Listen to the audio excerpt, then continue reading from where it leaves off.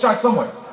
And for those who are attendees, I'm telling you, if you don't do it now, we may completely lose our generations.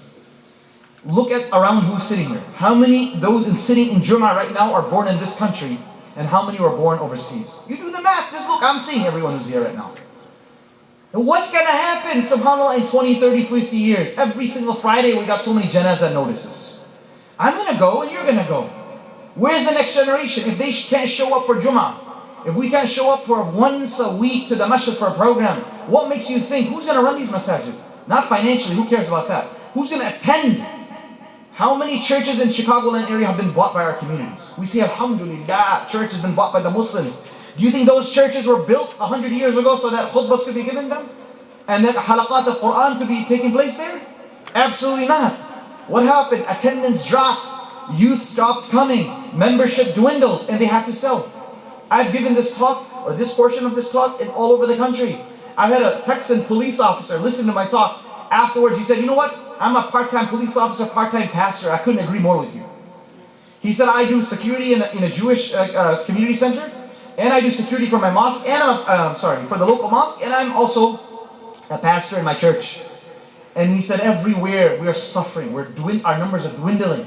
Churches are going bankrupt. Places where they would have 15,000 attendance are down now into small amounts, and they have to sell their properties off because they can't pay the mortgages and the bills. And what are they going to do with the massive property? People are coming in.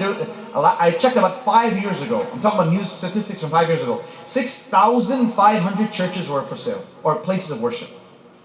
And we're all, as Muslim community, we love to grab these. They're great for us. But as we grab these and we have a grand opening, let's us think. Why should we feel safe that our own masjids won't be grabbed in 100 years? La qaddar Allah. If we continue the trend of not filling up our masajid to capacity, if we continue the trend of not having our youth here, my beloved friends, then unfortunately we are writing our future with our own hands. We're not learning history. You don't have to go to Brazil and South America. Ask those people who went to Central America, South America, and they'll tell you stories, horror stories. We don't even need to do that. Let's just look at our masajid. Look at the attendance. I cannot imagine at what 20 pre-pandemic this would be your crowd over here. This is the first time I'm coming here in years, by the way. Right? Every masjid, I give IFS, Dar es Salaam, or wherever the country I'm traveling, I always say this, look at our crowds, ikhwan. How can we just sit and relax? Why is there no one crying about this? Why is there no hurqa burning in the heart to say, what in the world happened to our community? And everyone here knows someone who's not here. We need to get on the phone. Thursday night, call them, text them to say, brother, Jum'ah Mubarak, Eid Mubarak. I'm going to come pick you up. I'm going to call you.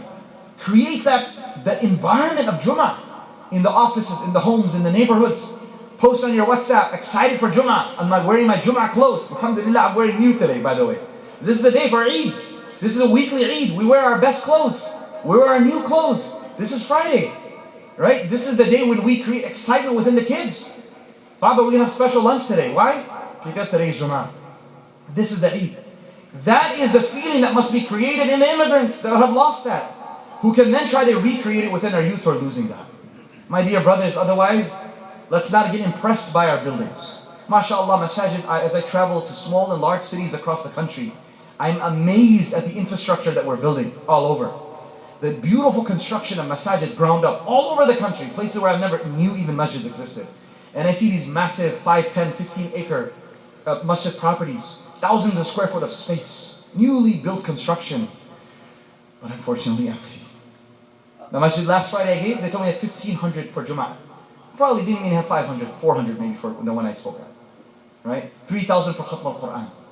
Everything, khali, empty. And the worst part is, no one's talking about it.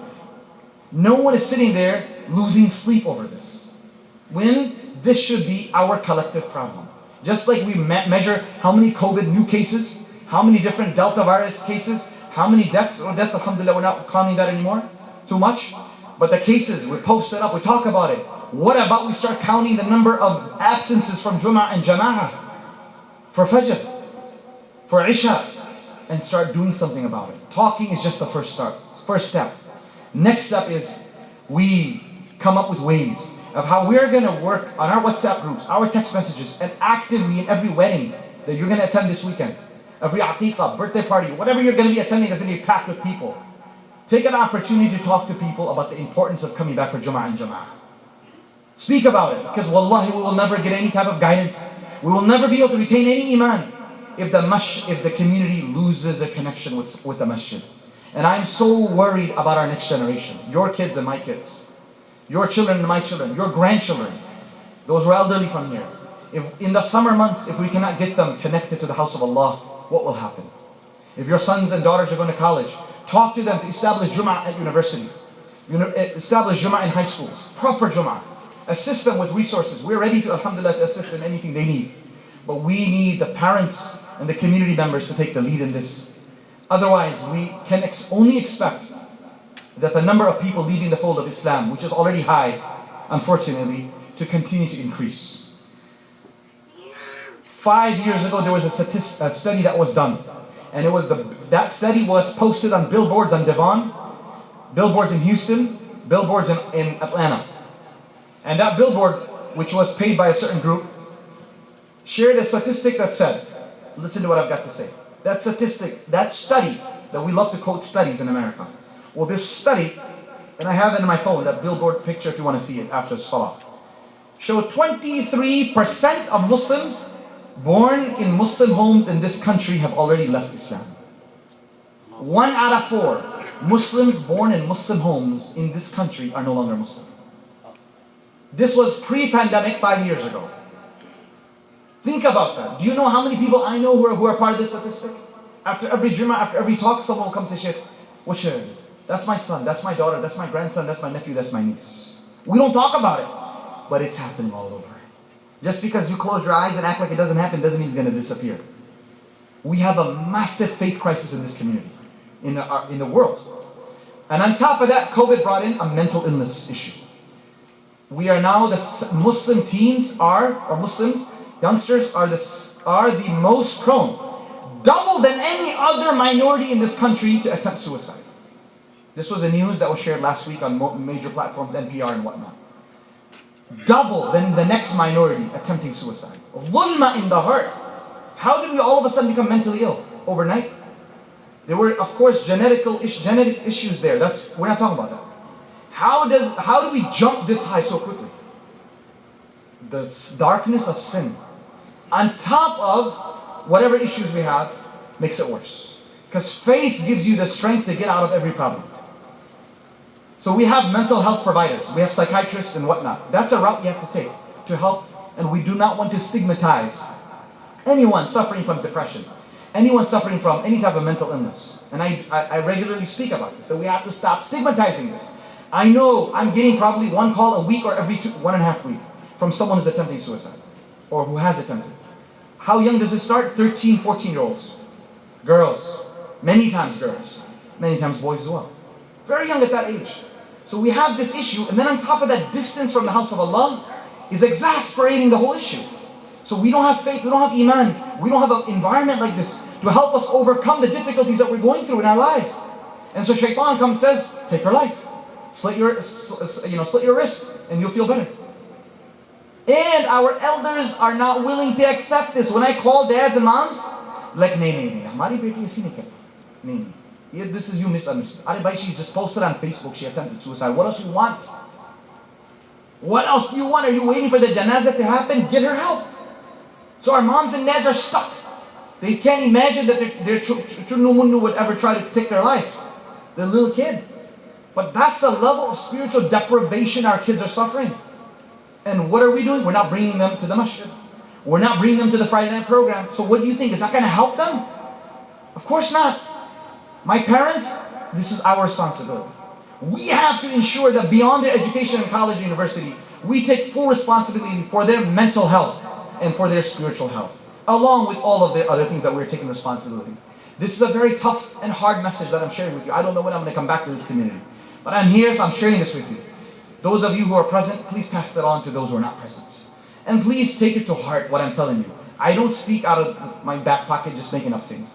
Everything I'm telling you based on tons of data and things I'm dealing with on a personal level with the community. Let those statistics not be the reality of our homes. Because then it doesn't make a difference if it was 20% or 99%. It will be 100%, la qaddar Allah, if it happens in our homes. Let's start off by ourselves today making niyyah that we will be regulars in the masjid, no matter what happens. At least once a week you bring your family here. Say inshallah. Even if the masjid doesn't start a program yet, whenever it does. You're here Friday night or Saturday night, Maghrib to Isha. You bring your meal, they don't have food. You bring your meal and eat here. Connect yourself to the house of Allah. Get your kids accustomed to coming to the masjid. And then tell the administration, say, hey, can we please start up a full range of programs? But every one of you, we need you here.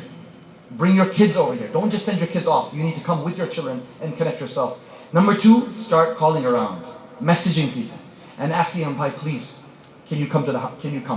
If they're not comfortable, have a small gathering in your home and pray salat with jama'ah there in the backyard.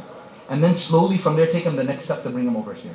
I ask Almighty Allah Azza wa Jal to inspire all of us to do what is right, to do what is best. May Allah save our future generations and save us. May Allah populate all of our masajid, all of our institutions. May Allah save all of our masajid and madaris and Islamic schools from any type of fitna, from closing down, from having to sell out, from losing attendance. May Allah subhanahu wa ta'ala guide the Muslim leaders, communities, to that which is the most important to be doing right now. We ask Allah Azza wa Jalla to grant us protection from the evil from this fitna of corona, as well as the shaitani manipulation of it, the smoke screen that he is putting over our head in front of us, that is creating a distance between us and the house of Allah subhanahu wa ta'ala. May Allah Azza wa Jalla open up the doors of the Haramain al-Sharifain for all of us to attend regularly.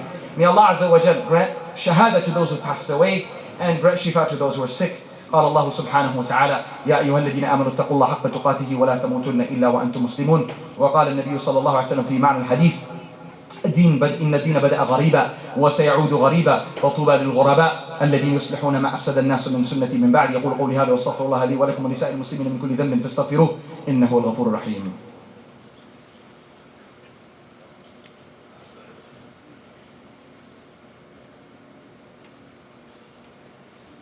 الحمد لله وكفى والصلاة والسلام على رسول الله.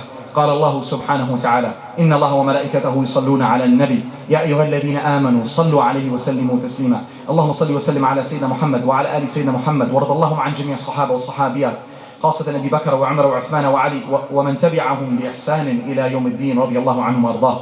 اللهم اغفر لنا والمؤمنين والمؤمنات والمسلمين والمسلمات الأحياء منهم والأموات إنك سميع قريب مجيب الدعوات. اللهم اشفنا واشف مرضانا ومرضى المسلمين وارحم موتانا وموتى المسلمين وانصر المستضعفين من المسلمين في كل مكان. اللهم اصلحنا واصلح شبابنا واصلح نساءنا وردنا الى الاسلام ردا جميلا. اللهم وفقنا لما تحب وترضى من القول والعمل والنية والهدى انك على كل شيء قدير. اللهم ربنا جنبنا الفواحش ما ظهر منها وما بطن، اللهم انا نسألك التقوى والتقى والعفاف والغنى. عباد الله رحمكم الله، ان الله يأمر بالعدل والاحسان وايتاء ذي القربى وينهى عن الفحشاء والمنكر والبغي يعظكم لعلكم تذكرون. اذكروا الله العلي العظيم يذكركم وادعوه يستجب لكم ولذكر الله أكبر والله يعلم ما تصنعون وأقيموا الصلاة.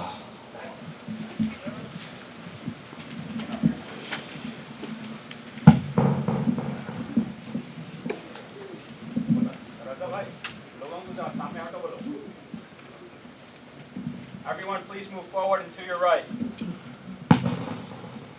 Assalamu alaikum. There is a lot of empty spaces in the front, so please start filling up the rows in front of you. Please move forward. Even if you have your prayer rug with you, leave it there and just move forward, please. Allahu Akbar, Allahu Akbar. Ashhadu an la ilaha illallah. Ashhadu anna Muhammadan Rasulullah. Hayya al-salah, hayya al-falah. Qad qamat as-salatu, qad qamat as-salah. Allahu Akbar, Allahu Akbar. La ilaha illallah.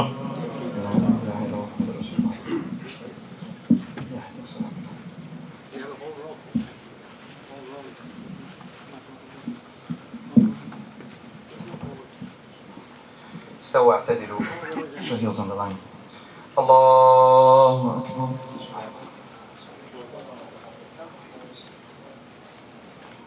الحمد لله رب العالمين الرحمن الرحيم مالك يوم الدين إياك نعبد وإياك نستعين اهدنا الصراط المستقيم صراط الذين أنعمت عليهم غير المغضوب عليهم ولا الضالين.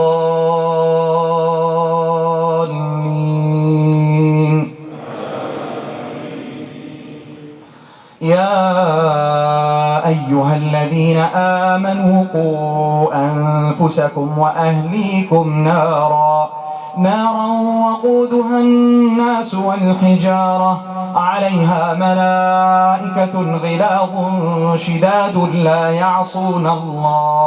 لا يعصون الله ما أمرهم ويفعلون ما يؤمرون. الله أكبر.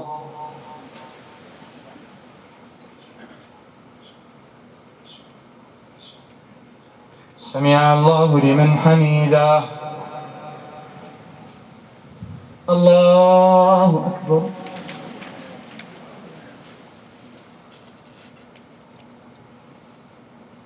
الله أكبر.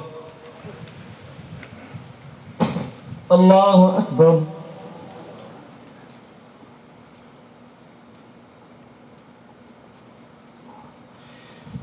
الله أكبر. الحمد لله رب العالمين الرحمن الرحيم مالك يوم الدين إياك نعبد وإياك نستعين اهدنا الصراط المستقيم صراط الذين أنعمت عليهم غير المغضوب عليهم ولا الضالين.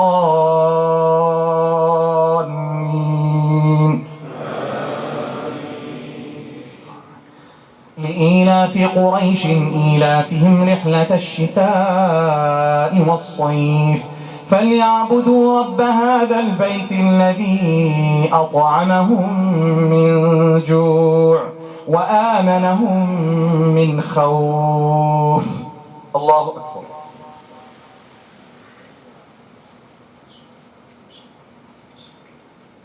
سمع الله لمن حمده. الله أكبر.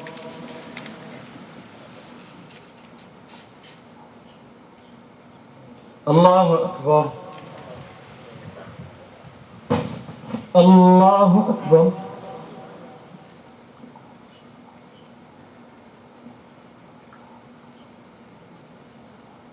الله أكبر.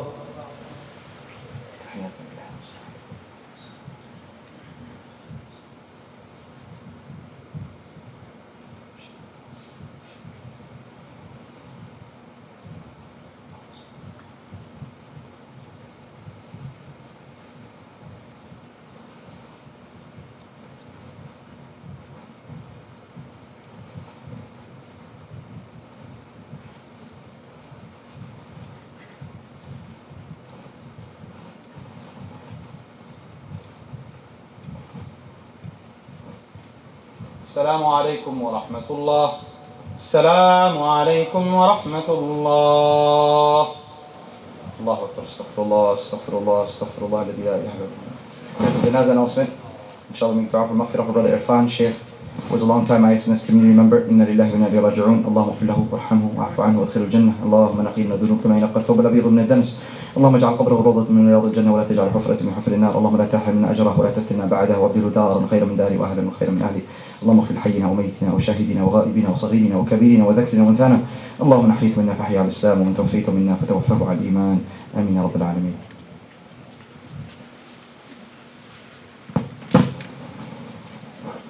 Jazakallah. Today's Imam is Mufti Azeem from our Darul Salam Masjid in Lombard, very dear friend of ours.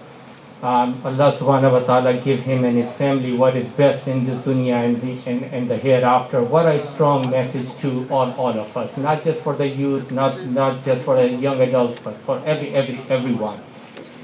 So this Sunday, boys youth program